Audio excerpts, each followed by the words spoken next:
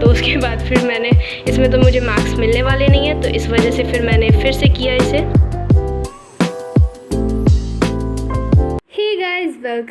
Welcome back to my YouTube channel. This is me Anshika this side and I welcome you all to my brand new video. So this video is going to be preparing for my first periodic test and also I am going to tell you in this video कि मैं कितनी सारी difficulties को face कर रही हूँ while solving questions of accounts। तो वो पूरा कथा कहानी मैं आपके साथ में share करने वाली हूँ।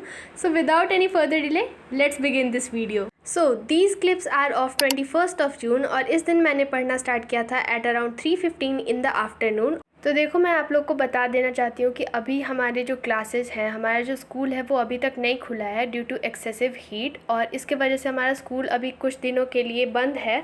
और हमारा जो स्कूल है वो 24 of June से खुलने वाला है और इस वजह से हमारी जो क्लासेस हो रही थी वो ऑनलाइन मोड पे स्विच हो गई थी। तो हमें ऑनलाइन क्लासेस हमेशा रोज़ अटेंड करनी पड़ रही थी। तो मेरी क्लासेस जो हैं वो 7 बजे सुबह से स्टार्ट होती है ऑनलाइन क्लासेस और वो एंड होती है 11:30 और 11:40, मतलब वो टाइम वेरी करते रहता है। तो हमारी जो क्लासेस है ना वो 11:40 तक ख़त्म हो जाती हैं। तो इस वजह से मैं उस टाइम पे तो कुछ भी रिकॉर्ड नहीं कर पाती हूँ। और देखो यार, ऑब्वियस सी बात है, इतना सुबह सुबह उठना पड़ रहा है और आदत तो है नहीं हमें उठने की। तो इस वजह से जब उठ जाती हूँ इतने सुबह सुबह तो फिर दोपहर में फिर नींद आ जाती है। तो इस वजह से थोड़ा सा रेस्ट करके फिर मैं स्टार्ट करती हूँ अपना पढ़ना। तो मैं इस दिन 3 बजे से मैंने पढ़ना स्टार्ट किया था और यहाँ पे मैं लेक्चर देख रही थी, लेक्चर 3 ऑफ फंडामेंटल्स। क्योंकि फंडामेंटल्स मैं अभी इसलिए कर रही हूँ क्योंकि वो हमारे पीरियोडिक टेस्ट के सिलेबस में आने वाला है। तो इस वजह से मैं अभी लेक्चर 3 देख रही थी और इसमें भी मैं रेंट पेड और बिफोर चार्जिंग आफ्टर चार्जिंग वाले कॉन्सेप्ट्स को समझ रही थी और पीएनएल अप्रोप्रिएशन और जो भी लेक्चर 3 में था तो वो मैंने कंप्लीट किया। और मैं आप लोग को एक टिप देना चाहती हूँ कि जैसे मैं भी इस चीज़ में बहुत ज़्यादा फंसती थी, मतलब स्टार्टिंग से ही मैं इसमें बहुत ज़्यादा फंसती थी। जैसे ये वाला जो क्वेश्चन है ना कि interest on loan by firm to the partner या फिर interest on loan by partner to the firm, ये वाले क्वेश्चंस में मैं बहुत ज़्यादा अटकती थी। बट अब मुझे ये कॉन्सेप्ट क्लियर हो चुका है तो मैंने सोचा कि अगर आप लोग में से भी कोई अगर इस कॉन्सेप्ट में कंफ्यूज हो रहा है तो मैं आप लोग की हेल्प कर देती हूँ। अगर आप लोग को ये हेल्पफुल लगे तो प्लीज़ मुझे बताना। तो इसका ये सॉल्यूशन है कि अगर बाई के, जैसे सपोज़ अगर बाई के आगे वाला जो नाम लिखा हुआ है ना वो होगा लोन पे करने वाला और जो टू के आगे वाला नाम लिखा हुआ है वो होगा इंटरेस्ट ऑन लोन पे करने वाला। तो by firm to the partner अगर है तो लोन फर्म दे रही है और इंटरेस्ट ऑन लोन पार्टनर को देना है। तो ऐसे करके मैं समझ जा रही हूँ। तो अगर आप लोग को भी ये चीज़ हेल्पफुल लगे तो प्लीज़ बता देना मुझे बहुत अच्छा लगेगा सुन के कि मैंने किसी की हेल्प कर दी। तो यहाँ पे मैंने 4 बजे तक में कंप्लीट कर लिया था लेक्चर और उसके बाद में आई हैड सम एप्पल। तो एप्पल खाया, उसके बाद में मैंने थोड़ा सा ब्रेक ले लिया था। उसके बाद मैंने एक ब्रेक लिया और उसके बाद मैंने पढ़ना स्टार्ट किया एट अराउंड 6 PM और यहाँ पे मैं फर्स्ट चैप्टर की रीडिंग लगा रही हूँ फ्रॉम BST बुक। तो मेरे पीरियोडिक टेस्ट में 3 चैप्टर आ रहे हैं BST में से और BST में से जैसे फर्स्ट चैप्टर हो गया, सेकंड और थर्ड आ रहा है। तो मैंने सोचा कि फ़र्स्ट चैप्टर से स्टार्ट किया जाए और मैंने फ़र्स्ट चैप्टर की रीडिंग कभी लगाई नहीं है। मतलब एक्चुअली मैं बताऊं तो मैं बुक की रीडिंग कभी लगाती ही नहीं हूँ, बट मैंने अभी थोड़े दिन पहले से स्टार्ट किया है। मैंने एक प्लानिंग का चैप्टर का भी थोड़ा बहुत रीडिंग डाला था तो उससे मुझे थोड़े कुछ की पॉइंट्स मिल जाते हैं जो मैं अपने आंसर्स में लिखूं तो मतलब मुझे वो वैल्यूबल लगता है और मुझे थोड़े मस्त वाले लाइंस मिल जाते हैं। तो मैं सोचती हूँ कि वो सारे अगर लाइंस मैं लिखूंगी तो शायद मुझे अच्छे नंबर मिलेंगे। तो इस वजह से मैं बुक की भी रीडिंग थोड़ा लगा लेती हूँ तो ताकि कुछ हेल्प हो जाए आंसर राइटिंग में, क्योंकि मेरा जो आंसर राइटिंग पावर है ना वो बहुत कम है, मतलब बहुत कमज़ोर है। मतलब जो मैं लिखना चाहती हूँ और मेरे दिमाग में जो रहता है ना और जो मैं लिखती हूँ एक्चुअल में उसमें बहुत ज़्यादा ज़मीन आसमान का फ़र्क हो जाता है। मतलब दिमाग वाली इंग्लिश मस्त रहती है, ठीक है, और जो इंग्लिश मैं जाके लिखती हूँ ना तो वो एकदम बेकार सी रहती है। तो मुझे इस पे बहुत ज़्यादा काम करने की ज़रूरत है अभी। तो अभी ना मेरे पास में ऐसी कोई बुक नहीं है जिससे मैं पता लगा पाऊँ कि टॉपर्स के आंसर कैसे होते हैं और टॉपर्स एक्चुअल में आंसर अपने कैसे फ्रेम करते हैं, सो दैट कि मुझे थोड़ा सा आइडिया लग जाता कि कैसे एक्चुअल में आंसर फ्रेम करना रहता है और मैं कितने अभी पानी में हूँ मुझे उसका भी आइडिया लग जाता। उससे, तो उस वजह से अभी तो थोड़ा बहुत दिक्कत तो हो रहा है। बट मैं अभी ट्राई कर रही हूँ कि मैं बुक से ही थोड़ा सा देख के और थोड़ा सा आइडिया ले लूँ कि ऐसी लैंग्वेज लिखूँगी तो ज़्यादा मार्क्स मिलेंगे। तो इस वजह से मैं बुक्स को भी थोड़ा सा रीड कर लेती हूँ। बट इसमें एक दिक्कत है, जब मैं बुक्स रीड करने जाती हूँ ना, तो कभी कभी मेरे साथ में ऐसा होता है ना कि मैं बुक की रीडिंग लगा रही हूँ, हाँ ये चीज़ पढ़ रही हूँ, हाँ ये चीज़ पढ़ रही हूँ, बट एक्चुअल में पता ही नहीं चलता, दिमाग ब्लैंक हो जाता है, एकदम वो लॉस्ट हो जाता है दिमाग कि आखिर मैं पढ़ क्या रही हूँ। फिर एकदम से याद आता है कि अरे अभी 2 सेकंड के पहले पढ़ा क्या है तुमने, तो फिर लगता है कि अच्छा फिर से पढ़ना पड़ेगा, तो थोड़ा सा फोकस डाइवर्ट हो जाता है। तो ये चीज़ थोड़ा सा अभी दिक्कत कर रही है मुझे, बट थोड़ा सा ध्यान देना पड़ेगा, ध्यान दे के पढ़ूँगी तो हो जाएगा।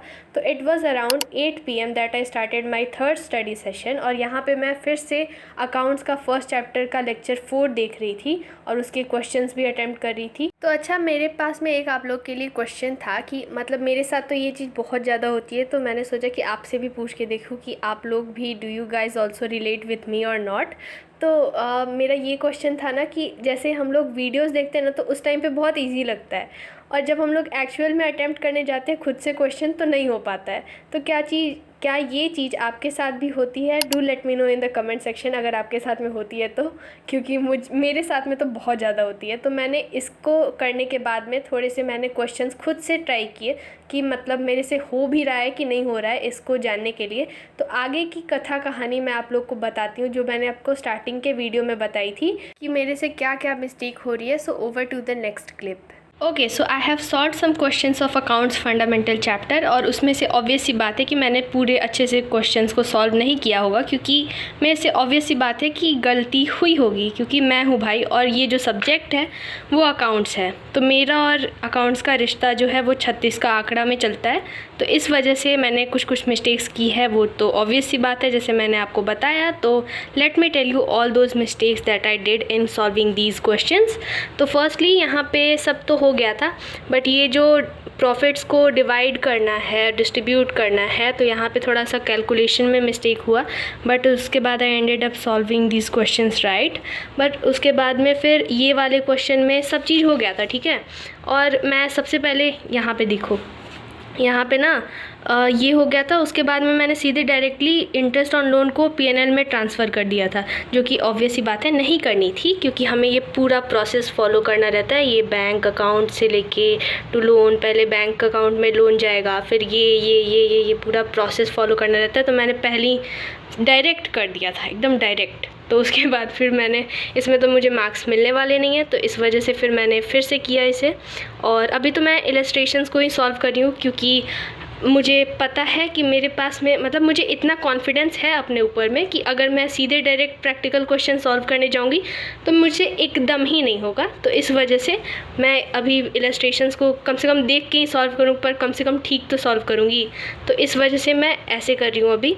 और उसके बाद में ये वाला क्वेश्चन तो अभी मतलब इलस्ट्रेशंस को देख के सॉल्व कर रही हूँ, पर ऐसा मेरे पास में कॉन्फिडेंस है कि अगर नहीं भी देखूँगी तो शायद हो सकता है कि मैं सही कर दूँ। तो करती तो हूँ बिना देखे हुए, बट उसमें कुछ ना कुछ गड़बड़ हो ही जाती है। जैसे इस क्वेश्चन में क्या हुआ था कि इस क्वेश्चन में अगस्त में कहाँ है, हाँ अगस्त में लोन दिया था, और मैंने पूरा अप्रैल, हाँ रिमेनिंग जो लोन था ना वो पूरा का पूरा मैंने मार्च तक का कैलकुलेट कर दिया था, जो कि नहीं करना था, क्योंकि यहाँ पे स्पेसिफाइड था कि जनवरी तक का पे हो गया है और उसके बाद में पे करना बाकी है। तो यहाँ पे थोड़ी सी गड़बड़ हुई। उसके बाद तो यहाँ पे देखो, यहाँ पे साफ साफ लिखा हुआ है interest on drawings at the rate 6% per annum, और ये ड्राइंग्स लिखा हुआ है। और मैंने दिमाग लगाया कि भाई ये ड्राइंग्स नहीं है, ये IOD है। तो मैंने IOD को कैलकुलेट कर दिया 60,000 और 40,000, तो उसमें मेरा गलती हो गया। बट अगर ये नहीं होता तो फिर वो मेरा सही हो जाता क्वेश्चन। तो ये गलती हुआ मेरे से। उसके बाद में let me show you my next mistake to you. तो ये वाले में क्या हुआ था, हाँ ये वाले में ना कुछ ज़्यादा मिस्टेक नहीं हुई थी, बस इसमें कन्फ्यूजन हो जाता है ना मुझे कि जर्नल के फॉर्मेट में और पार्टनर्स अकाउंट के फॉर्मेट में कितनी लाइंस ड्रॉ करनी है। तो मुझे इसमें दिक्कत हो गया था थोड़ा सा। बट उसके बाद में मैंने ये क्वेश्चन सॉल्व कर दिया था, बट लाइंस खींचने में दिक्कत थी, तो ये था।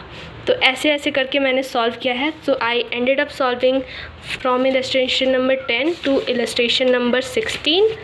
कहाँ गया भाई, हाँ, यहाँ पे है। इलस्ट्रेशन नंबर 16 तक मैंने सॉल्व किया और उसके बाद में मुझे और अभी सॉल्व करना है। तो अभी तो मुझसे बहुत ज़्यादा मिस्टेक हो रही है, बहुत ज़्यादा मिस्टेक हो रही है। और अगर आपके पास में कुछ रिकमेंडेशंस है या फिर टिप्स है तो प्लीज़ मुझे दे दो, क्योंकि मेरा ऐसा ये सब्जेक्ट है ना जो मुझसे ये एकदम नफ़रत करता है और मैं भी इससे नफ़रत करती हूँ। मतलब मज़ा तो आता है पर सॉल्व नहीं होता है। तो अगर आपके पास में कुछ सॉल्यूशन है तो please do let me know in the comment section. Okay, so उसके बाद में 11:30 बज गए थे रात के। तो उसके बाद में मैंने अपना डिनर किया, क्योंकि मैंने रात में कुछ भी खाना नहीं खाया था। तो उसके बाद में मैंने डिनर किया and then I went to sleep. So that was all for today's video, and if you like this video then please don't forget to like, comment, share and subscribe to my YouTube channel, because it motivates me a lot for making such type of videos for you all, and I would love to see your comments on this video. So yeah, thanks for watching.